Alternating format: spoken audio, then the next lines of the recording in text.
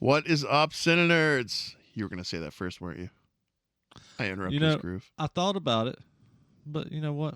He did it pretty well that time. So That time. I am JP, and I am your local werewolf for the night. And I am Mark of the Beast, Ryan. Anyways, what did you choose this week for us, JP? This week I picked one that had a very controversial history in the horror fandom, but it's not my favorite werewolf movie, but it is one of my go-to werewolf movies. It is Wes Craven's Cursed. Wes Craven's 17th film, Cursed. A little extra fun.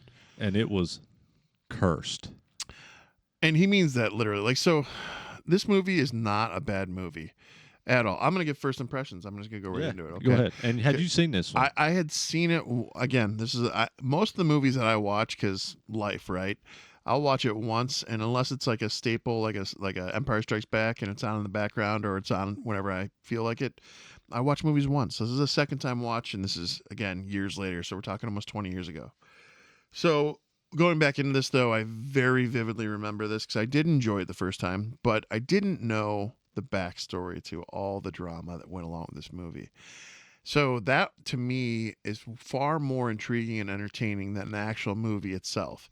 The movie was not bad. The movie was great in the sense of there's a story there. There is werewolves happening. The werewolf practical effects, when they used practical effects, were solid. When they did the CGI, it was garbage.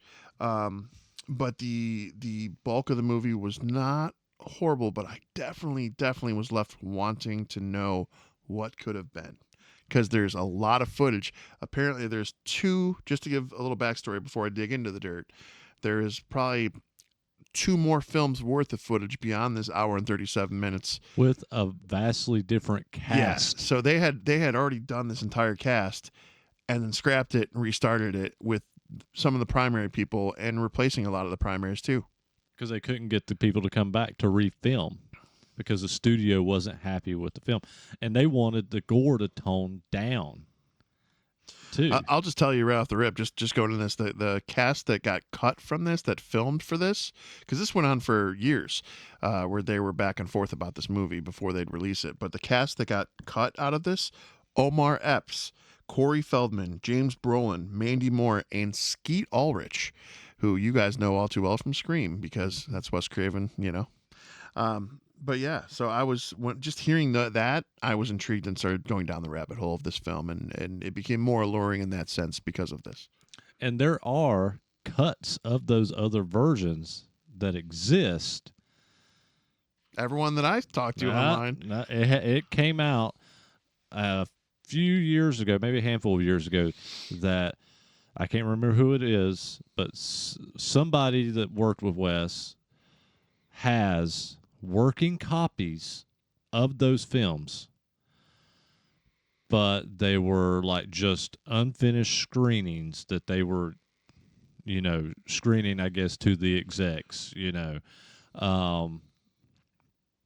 and basically they were unreleasable, was where he left it. And I think it's been kind of said that even that footage, a lot of that footage is not available anymore to even try to recut, because I know that there was hopes that maybe they could be a recut version of those films and maybe get possibly released. I know Scream Factory was basically saying, we'll release this, we'll put this out, if we can make it happen. And from what I've read is probably not ever going to happen, which sucks.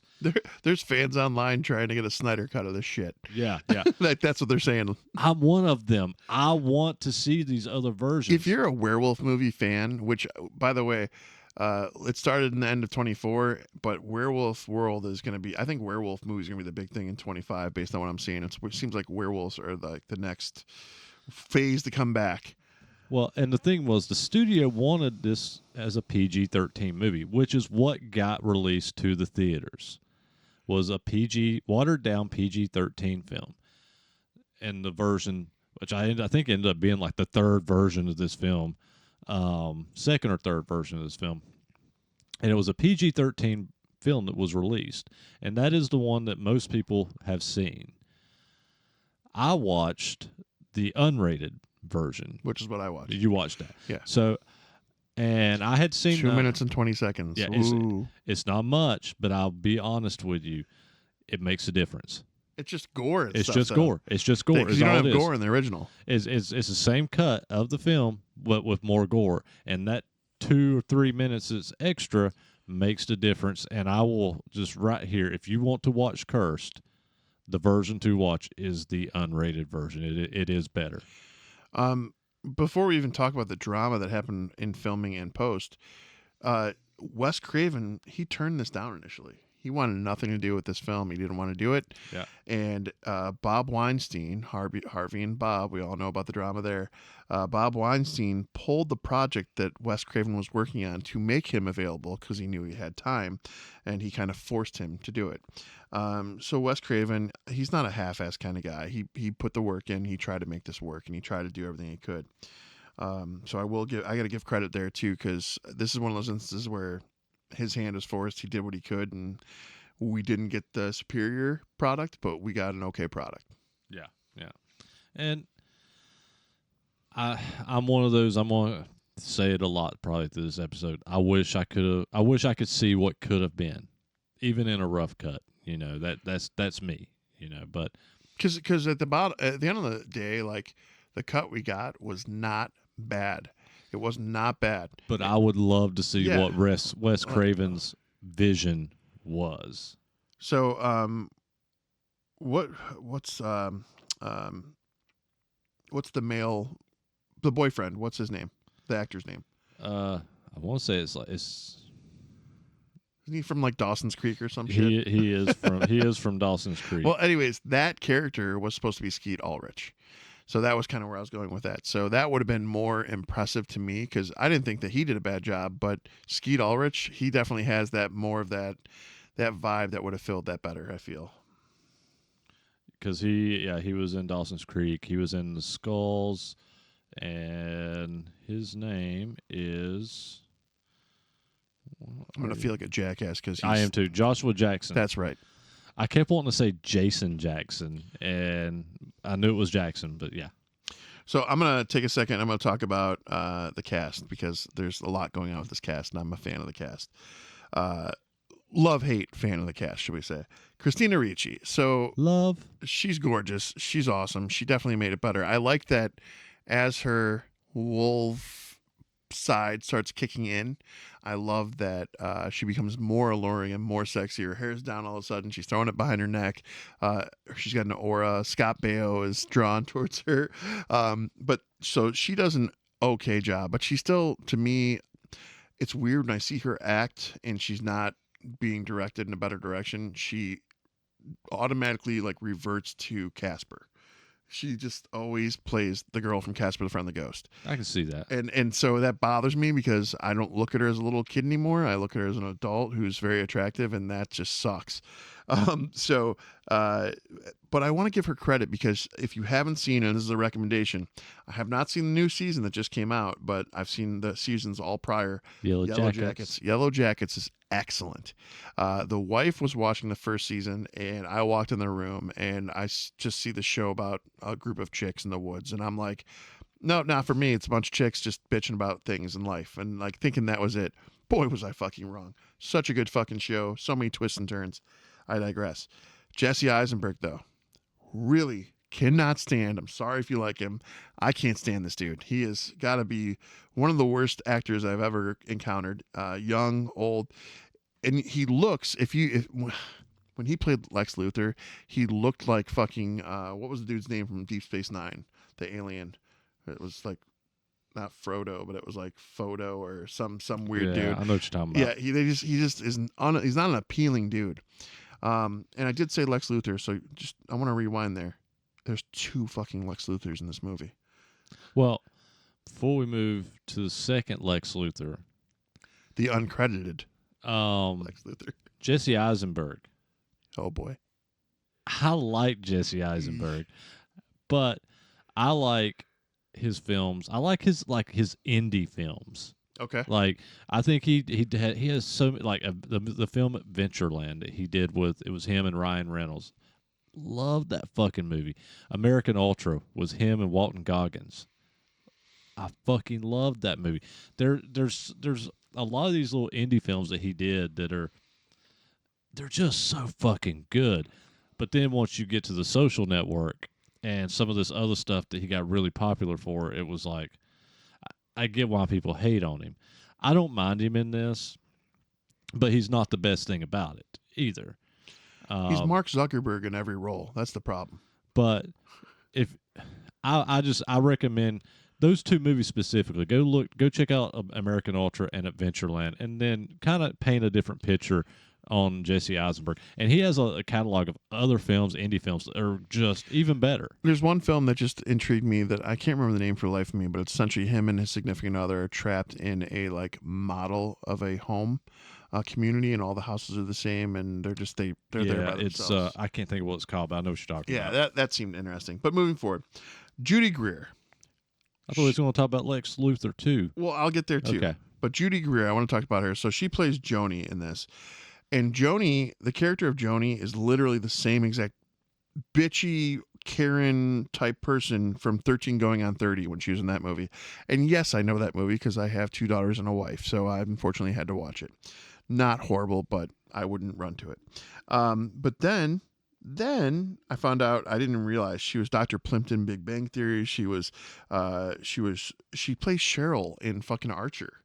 I didn't know that was her voice. So I was kind of like, oh, all right, whatever. Judy, I'll forgive you. Shannon Elizabeth. Shannon Elizabeth. I was very happy she was in this. American Pie. Just her and Christina Ricci alone. It was great for those purposes alone. But Shannon went out so quick. I know she was just figuring out her career, but God, that sucked. But that definitely helped build the story. And then I just want to talk about the little cameos. So Nick Offerman was in this. He was an officer in the background. Scott Baio was himself. Craig Kilborn. Craig Kilborn to me always looks like Josh Holmes from Queens of the Stone Age. So I thought the same thing. Freaks me out, dude. I was like, is that Josh Holmes? Oh wait, it's Craig. Yeah. I stopped for a minute and I was like, oh wait, no, that actually is. So I do want to talk about that scene for a minute too. So there's because she works directly for Craig Kilborn on the Late Late Show, and they're trying to get Scott Baio on the show, and all these things are happening. So as he's getting ready to go out on the show, he cuts his finger, and he's like, "What am I gonna do with this? Give me a Band-Aid." He's like holding his finger up, and he's got blood running down it. And she already has been infected by the werewolf, but doesn't know what instigates it. So she like literally throws his finger in her mouth and sucks the blood off his finger. And all of a sudden she starts wolving out a little bit, and she has to leave the set. But it was a really hot scene. It was definitely a good scene. Hold on, I'll let you go in a sec. Milo. I was going to say Milo. Milo's from Heroes and This Is Us, primarily known for those. Amazing. I laughed a little bit. I love him in this movie, though. How it unfolds with him. Yeah. I was here for it. And then, Michael Rosenblum. My favorite Lex Luthor. So here's a fun fact. I only watched a couple seasons of Smallville. I didn't finish it. I watched start to finish as it aired. I'm a massive fan. I am going back, and I'm going to be watching those because I definitely want to see it again. Because after I saw the Doomsday in Lois and Clark, Superman and Lois. Come on, Ryan. Yeah. Anyways, after I saw that, now I want to go back and see the other ones with that. Yeah, and the other one is played by, who plays Doomsday in Smallville. Really? I haven't gotten that far. I didn't watch the whole thing. Remember? You don't want me to spoil that for you because it's an actor you love. Who is it? Star Killer. Really? Okay. Sam Witwer. Yeah. Okay. And yeah, Michael Rosenbaum. And speaking of werewolf movies and shows, Sam Witwer was in Being Human. Hell yeah, dude. And that was amazing. And I love Being Human, the British version and the American version. I agree wholeheartedly. But Michael Rosenbaum, he is my favorite Lex Luthor. I enjoy Michael Rosenbaum in this movie. But I listen to Michael Rosenbaum's podcast. He has a great podcast. I was convinced because the rewatch again, I was like, I know Joni is a werewolf. I know that one guy. Is he a werewolf too? When I first saw him again, that kind of seemed like it would make sense because he's kind of stalking her a little bit. And he didn't end up being killed pretty quick. But I wanted to ask you, why is he uncredited in this? What was that about? Michael Rosenbaum? Yeah, Was he uncredited? He's uncredited in it. He is not. Really? Yeah, if you look in the IMDb, he's uncredited, and even says uncredited in the. If you look him up for cursed, if you put Michael Rosenbaum cursed in, and it says uncredited. So Yeah, he's not even showing in the top billed cast. no, that's what I'm saying. He's uncredited. I and I didn't did get not it. notice that. Yeah, I have no clue on that. Excuse me. Little other fun fact. 5 minutes 45 seconds in, Wes Craven gives a little love to Freddy. Freddy's in the background. That's all. He's still maybe, looking for. Yeah, maybe Michael Rosenbaum just forgot he was in this film. No, I think I'm based on the interviews from the actors and the shit they all went through. My guess is he wanted no part to do with it, so he's removed himself from it, and that's why it says uncredited. Maybe. But I didn't know if you had a better answer. No, I not noticed that and did not know. But yeah, that's crazy. And I don't think I read through a lot of stuff going into this episode. I knew a lot of stuff that had happened, but then I was reading, refreshing, and I never saw anything talking about him not being credited because it's not like a cameo either. He's in this fucking movie. It got bad in the interviews. So like, there's different interviews with Greer and Jesse Eisenberg. Even I have his quote I wrote down. Jesse Eisenberg was asked directly what went wrong on set with it, and he goes, "Now that we have it behind us, the scenes of the Weinstein Company, it makes sense." Or wait, now that I did this last time. God damn it. Yes, I wrote very small. Basically, he said, now that we have everything behind us, he goes, the scenes, understanding the chaos that happened at the Weinstein Company, a lot of what's missing and what's not there makes sense and why it was a problem of a movie.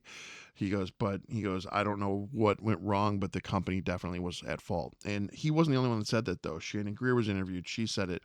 Christina Ricci said it. Said there's lots of problems in Hollywood. There's lots of problems with the company. It was just, they don't know what went wrong, and they had the highest of hopes for the movie. So yeah, and they every interview I ever saw was basically it wasn't Wes Craven. It was not Wes Craven's fault. It was It was the actors all stuck up. For him it was the that. studio's fault. Now, did all this make this a bad movie? I don't think so. I think there's elements of this movie are bad because of it. I think Wes Craven's vision that we'll never get to see was probably leaps and bounds better, and may have possibly, we'll always wonder, but maybe possibly been the greatest werewolf movie ever made, but we'll never see it. This is the version we're going to always know and see. But it's not a bad werewolf movie. What I did like about the unrated cut, so when Shannon Elizabeth's character got killed, she was literally torn in half. And I wrote that in my American Pie girl, body in half, an unrated cut, way better than the PG-13 movie. Yeah, because you can see like her entrails and the whole bit, and it was a definitely brutal scene. And that scene is when Jesse and Christina Ricci both get infected too, because that's when the wolf hits them, essentially scrapes them and bites. But here's the funny part: they have a dog, and the dog bites Jesse, gets Jesse's blood. I'm not saying their characters' names because I forgot, but gets his blood in the dog's mouth. And there's a scene where Jesse opens a steak and he's about to eat it raw, but then he gets pulled away and comes back and his dog has stolen the steak off the counter. He's underneath the table and he's like turns around and he slow looks at Jesse and he starts growling and he wolfs out. This thing turned into a fucking were-dog, and it was great. I appreciated that. Yeah, Those little things are awesome. Yeah. No, there's all kinds of little cool shit in this. I mean, you had the werewolf dog, and in that scene, the dog chases Jesse out of the house, and he's busting through doors, and Milo, how do you say his name, from Heroes shows up, and he's been a bully through this whole film, basically calling Jesse gay and this and that throughout this whole film. Are you talking about the wrestling scene? Yeah. Are you getting there? Yeah. Well, he went through the whole wrestling scene, but then as he's coming after the dog's chasing him out of the house, Milo's on his doorstep. And but you got to go backwards. So like to build this up, like Milo is that quintessential jock in high school, would make fun of everyone for being gay when he was a closet gay person. So he kept calling Jesse Eisenberg's character gay, gay, gay. That's why you are afraid to join the wrestling team, because you don't want people to realize that you're gay. And he's like pointing all these things on him. So Jesse has realized that he's got super strength and powers now. So, and he likes the girl that Milo's character is dating. And he shows up to the wrestling tryout, but he shows up more so just to mess with Milo's character. And all of a sudden, Milo turns the script and he goes, "Oh, coach, yeah, he was about to try out." And all of a sudden, Jesse has to try out, and he starts tossing all of the wrestling team like superhuman tossing. yeah. them. But so okay, as somebody who wrestled in high school and was not that douche, but I wrestled in high school, we aren't allowed to do the moves he was doing. He was doing like crazy suplexes and shit, dropping them. But it was funny to watch because he was like owning them. So that night, Milo shows up. He shows up at the doorstep as the werewolf dog is chasing Jesse out of the house, and he looks at Jesse's character. He's like, "How did you know?" You know, I guess he goes, "I guess it's true. It takes one to know one." But Jesse goes, "No, I'm a werewolf," and he's like, "Shut up!" Like no, really, I'm a werewolf. He goes, "Really?" He goes, "I'm not gay. I'm a werewolf." He tries to kiss him. But then I wrote this quote down. He goes, "Oh, so you're gay, cool. You, yay, go gay." Yeah. The whole scene is fun, and I love how they just kind of become friends in this little bonding moment of him coming out to him as being gay, and Jesse being like, "Look, I don't care if you're gay. It's cool. You know, it's fine." It's a fun scene, and then the dog breaks through the final door, and they have to get into the car and take off. Definitely was good. And then he ends up, they're like besties afterwards, and to the point where at the end, Milo brings his ex-girlfriend that he's told he's gay, brings her to the house to talk to Jesse, and they all walk home together. So weird. Yeah. But and the practical, you said at the beginning, the practical effects are so good in this. When they're using them. When they use them. Do you know who was hired originally to do the practical effects? No. The guy from The Howling. So he was. That's right. I did know that. He was brought on. So they brought the guy from The Howling on, and I heard a little snippet of an interview with him. And he was brought on, and his one condition was, he goes, "Not Wes, not the studio, no one. You guys let me do what I do, and we're good." And I guess they got through the cuts with all of this stuff, and then they didn't say anything to him, booted him, and brought in somebody else. And that person took over. So that's where we see some of his practical effects, is my guess. Mm-hmm. But the CGI, the transformation, I was so disappointed in. That's where I was going. Oh, man, it was so bad. Yeah. Like, it's... them doing the CGI in this was so bad. Like, I put poor, in my notes, I put poor CGI wolf transformations. Next line, I put poor CGI in general. Yeah, I wrote CGI sucks. Should have kept practical. Yeah. And then down further, horrible CGI transformation. Like, it's pretty consistent. Like, I don't want to sit here and say that it kills the movie for me, because it doesn't. But man, what this movie could have been had they just used practical effects. The whole thing, it would have looked so, because the practical effects that are there look so much better than the CGI. If the studio had not fought Wes Craven as much as they did, geez Louise, if they had not fought him as much as they did and kept pushing back on him, I think we would have gotten a much more superior product for sure. But what we did get was definitely, it wasn't the par of Scream, but I feel like with the casting, the time that it was filmed, you had kind of a two-line walk, right? So Wes Craven was good at like bringing multiple eras together. You had a younger kid in high school with a younger brother, and Christina Ricci's character who's working in the workforce, and she's in her 20s, and so you've got 20s and high school together, and it makes for a good vibe the way that, because you've got a high school cast going on, you've got these people working in the real world. It all worked. It meshed for what was there. Meanwhile, the whole underlying thing that's happening is Jackson's character, who ends up, we find out he's the main werewolf. The head werewolf. But and I'm going to present a few questions in a minute. Go ahead. But I was just gonna say we find out he's the head werewolf, but before we find that out, the whole premise of the movie does revolve around a grand opening of a nightclub called Tinsel, and in Tinsel they have all these horror setups that are all props, replicas, whatever they have. Almost looks like a wax museum. Yeah, kinda. it looks like a wax museum, but more dedicated to horror specifically, and it was done. It was pretty cool looking, honestly. But the way that all pans out into the room of mirrors, all that, it was. I was not put off in any way about what we got. No, the final act, like going into like the all that with the mirrors and the horror setup in this club was like, I thought it was great. I mean, the whole final act with how everything looked and other than the CGI, it was working. The vibe was working. I got a couple things that I wrote down that I was like, I wonder. I know people have noticed this, and I have questions, and I want to see if you picked up on them. In the final act, Michael Rosenbaum's character says, he's the chaos is kind of is right before the chaos ensues with everybody getting out of the club, and Christina Ricci's character comes up to Michael Rosenbaum, and they're talking, and she's looking for her brother, and Michael Rosenbaum randomly says, Kilborn bailed on me, like just throwing it out there. And so I wrote, assuming this was a line drop to say why he wasn't there for reshoots. That's my assumption, because Okay. why would you just Kilborn bailed on me? It never showed Kilborn there. It was just like, Right. so I'm wondering if they did that to say like, hey, we're throwing this line in here to say why we don't see Kilborn anymore in this film, you know. Did you catch that? I did catch it, but I don't know if I read that much into it. But at the same time, with the way the reshoots happen, anything is possible. So Yeah. it's, So this is another thing, and this goes with reshoots too. Jesse Eisenberg's hair.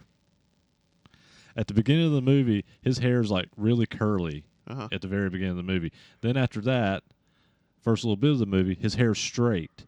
But then once there's some scenes more towards the end of the movie where his hair's straight, but it looks like he's wearing a wig. So I was like, is all this because of reshoots? Or the wig could be because of the whole werewolf thing. Maybe, I don't know. I don't know. I don't know. Like it. Now I do know that this movie took years to film. It did. So I'm assuming that this is reshoots. Yeah. Like, So I mean, if the wig came into play, that could be a thing. So yeah, and the curly hair to straight hair. I was like, I wrote reshoots question mark. I just want to know if Corey Feldman's character was a frog brother. I hope. I mean, you know, they teased, even though that was after this film, but they teased in that third Lost Boys. They were setting up werewolves, you know. And I watched the second Lost Boys, and I watched the third. You didn't watch the third? No.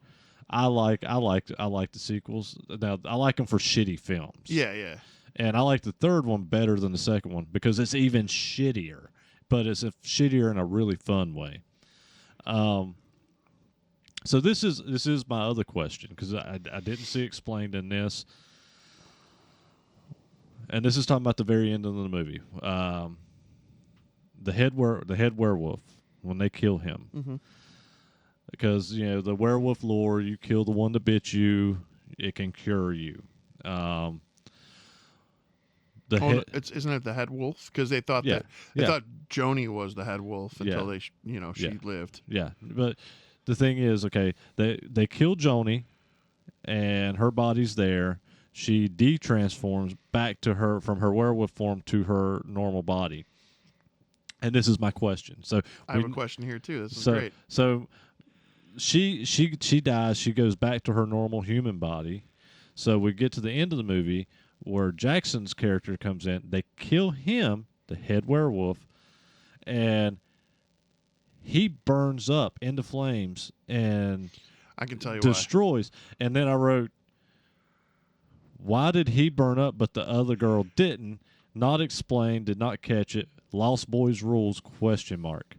Well, he was born as a wolf. Okay. She was not. That's my theory there. But was that explained? Yes, because he said he was born like that. I know that was said, but the way did they die? Was it explained that he dies differently? I mean, no, but that's why else would there be a difference? That to me. Or are we just doing Lost Boy rules that all of them go differently? I mean, Yeah, that this is could my be. question. I think it's just because he was born with it versus being bit. I think that's the difference. Yeah, that was one. That was like my big thing. I was like, why does he burn up? I've never heard an My question explanation is, on this. why did the dots on their hands all rotate in different positions? So they all had 5 dots in their hand that formed a For the pentagram that pentagram. showed the mark of the beast. And on all the characters, when you see the hands, it was all they'd be in different formations and different positions. So Have another shitty movie that I'm going to talk about. shocker. Have you ever seen the film Curse of the Queer Wolf? No. But you have, JP. You have. I have. So this is a movie, and I think this movie came out in the 80s. And at one point, it was available on Tubi. You could watch this on Tubi. So if you're interested with after what I describe, go check it out. It was on Tubi. Curse of the Queer Wolf. So I just want to stop you right here and just say, JP, if you're trying to tell us all something, I still got your back. You're still my boy. You're still my friend. So you get bit by a queer wolf. You turn into a queer wolf. So this guy gets bit by a queer wolf. Also, the only way to kill a queer wolf is with a silver dildo in the ass. Yes, this What movie exists. in the actual fuck? But the signs of when you're turning into a queer wolf was, instead of a pentagram that shows up in your hand, a pansygram shows up in your hand. The fuck is a pansygram? And your hand goes limp. I'm gonna have to tell. This movie son about exists, this. guys, and it's it's shit. But man, it has one of the greatest transformation scenes you'll ever see. So yeah, So many questions. I'm just gonna let that one be. you're just gonna have to watch it. I do have a question back to Joni's death scene though. So my thought is, this is how my brain works. It's horrible. So the cops all saw her as a werewolf. They all killed her dead ass as a werewolf, blew her brains out, and it worked. I mean, they said you had to decapitate it, but the brains worked. The cop supervisor, the manager, whatever, the main cop, he comes in and they're like, "You got to see this thing. You got to see this thing." You go over, pull the body bag thing back, and she's transitioned back to a woman. The cop is like, "Wait, what?" So like, how are they going to write that in the report? I guess is where I'm going. Like, did they all have mass hallucination? Is this not a real thing? Like, what just transpired? Because it just looks like they just killed a woman. That's exactly what it looks like. Yeah. I mean, that's the next day you're like, we fucked up kind of scenario. Yeah. So I thought about that too, but then I got stuck on why did he burn up, and I instantly, that was first thing I thought was just because he was born like that. But if you do Lost Boys rules, like you said, they all are different. some go quietly. Dude, so those are some of the best goo scenes ever too, by the way, when they would just explode. Yeah. Well, the brains rolling out of her head were Nice and clumpy. yeah. It was pretty like. Ugh. We're too desensitized because we're talking so freely and candidly about this like it's nothing.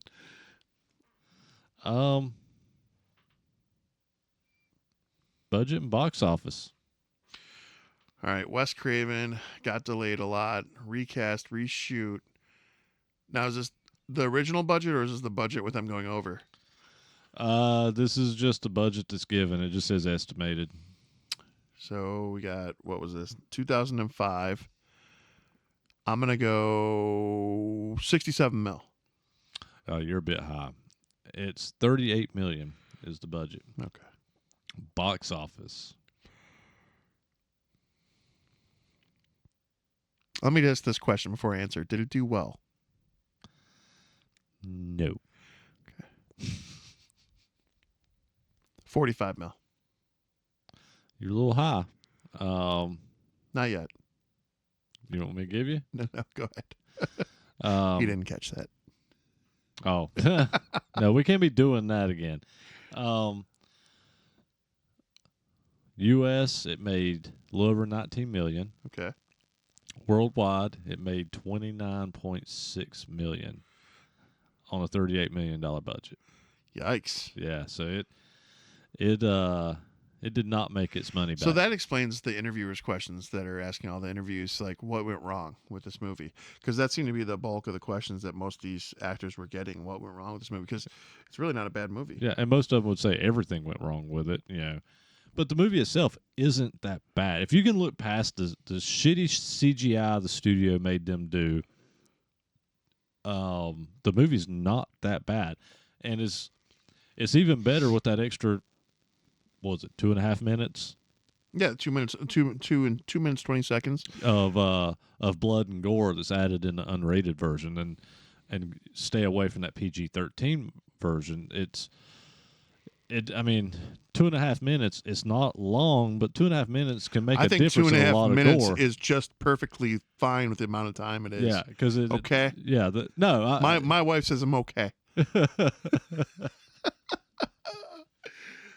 Anyways, but it's long enough to add enough gore to where it's like, okay, this is so much better than the PG-13 version.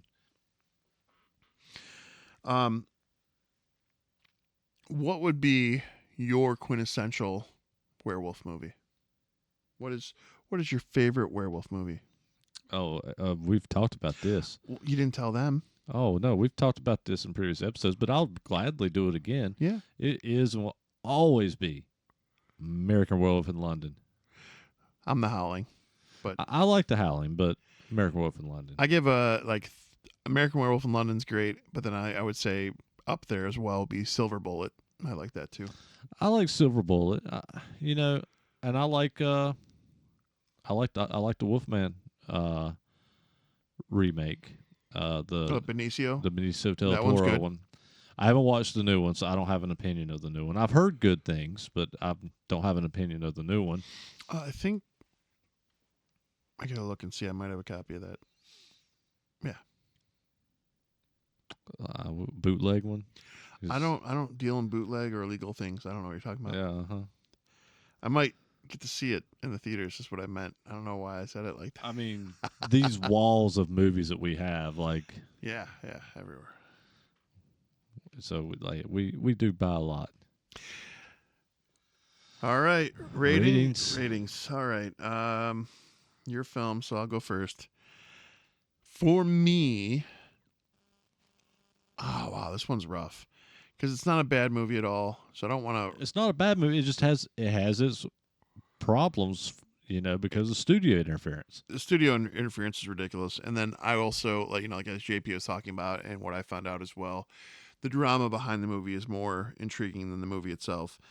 So I would like to see what that product might have been. So I'm going to play this one safe. I'll go 3.75 on this one. Because it is one of those movies you can put on and watch over and over and not be upset by. Is it perfect? No. There's there flaws in it? Yes. But overall, it withstood the test of time. I mean, we're 20 years later and it held up. So. Okay. So we're not going to be too far off on this one. I think our past couple episodes our numbers have been kind of substantially different. We've had kind of different opinions. I think this one we kind of had the same opinions. The CGI is awful. Some of the CGI on the dog it looked bad, but it wasn't as bad as the actual werewolf CGI. No, transition was the bad part. Yeah, and the the transitioning into the werewolf was awful. The practical effects, when they're used and when you can see them, fucking amazing, and you can definitely tell that they had a really good fucking special effects guy. I enjoyed the story. Again, you've heard me say it multiple times. I would love to see the actual original Wes Craven vision of this film. I hope maybe someday some footage pops around and he's like, hey, we can do this, but right now that's not looking possible. So this is the film we're reviewing. This is one that I've seen for years. I would say the unrated version, again, that's the one you watch. The cast, I enjoy the cast, even though now that I know that Michael Rosenbaum is not credited, even though he's in the fucking movie, not even as a cameo, upsets me a little bit. I'm going to dive down to figure out why now that he's pointed that out. I enjoy the cast, and I love Christina Ricci. You guys, I've talked about this in the past. She's like my childhood crush and my adult crush. Land the plane. And I will get there when I want to. I love this movie though. You are passionate about it. I love this movie. I wish that the special effects were better. If the special effects were better, this movie would be well into the fours for me. If they had kept at least the practical effects, this would probably be a 4.5 for me because I generally do love this film. As it sits with the CGI issues and stuff, I still love the movie. I'm setting it at under a 4 at a 3.9. All right. 3.9 nerds, 3.75 nerds. I think those are solid ratings overall. Yeah. I mean, when you get into the between 4 and 5, then you're looking at a movie that's pretty damn amazing. Yeah, I think if people, if you haven't watched a werewolf movie and you've not seen, if you're a fan of watching werewolf movies and you've not seen this one, I recommend watching it. It's a good one. Cool, yeah. Where can they find some of our upcoming things that are coming up? Our upcoming episodes? Yes. Or I believe that place is called right here. I'm trying to look at the cameras. There it is, right here. You're going to see a little line. If you're watching the video version of this, it says CineNerdsPodcast.com. You go there. We got our schedules there. We got our episode links. We have links to our shop. We have bios. We have written reviews. So, yeah, check it out. Love it. All right, guys. Well, we're your CineNerds. You guys have a good one. Peace. Later.